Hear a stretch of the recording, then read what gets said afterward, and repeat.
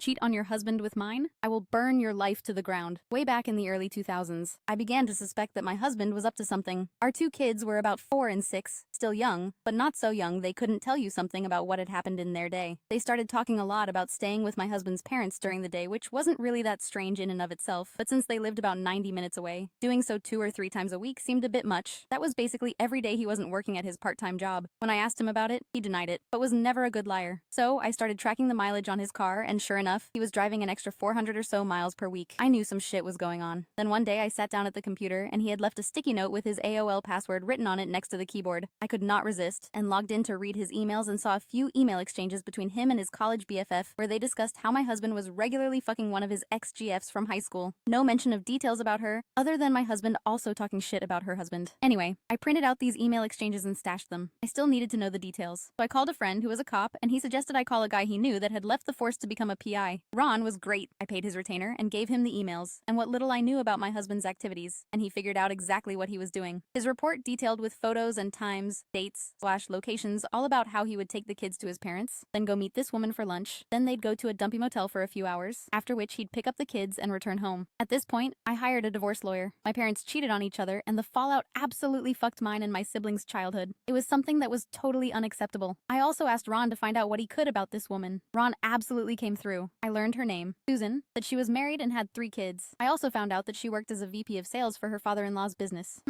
At this point, I had my lawyer draw up the divorce papers. I also asked Ron for a couple more copies of his report, and I had one more thing I wanted him to do for me. On the same day I had my husband served with the divorce papers at his work, I had Ron meet with this woman's husband and show him everything he'd found out. He seemed nice, and I figured that he deserved to know what his dear wife was up to. What he did with that information was up to him, while the information about my husband's infidelity didn't really matter in my divorce proceedings. Susan's husband did a real number on her. According to the publicly available court documents from the divorce and other related proceedings, he cleaned out their joint account, took the kids, and left. As soon as her dad found out what she'd done, Susan was fired, and since her parents actually owned the house where Susan and her husband lived, he also got evicted. Their divorce was ugly, lots of fighting in, and evidently out of court. I guess Susan went to the house and started arguing with her husband, and it escalated to the point that her brother stepped in, and Susan got her nose broken. There were restraining orders, a few more incidents with police reports, criminal charges, jail time, and so on. I can't find Susan on the internet anywhere these days. Last I heard, she'd left the state and her ex-husband did okay. He went to work at her dad's company and took over after he retired. As for me, my ex and I got along well enough. I didn't engage with him on anything that wasn't related to the kids, and now that they're both adults, I don't talk to him at all anymore. I don't hate him or anything, but I only care in the context that he is my kid's dad and is important to them. Nothing beyond that.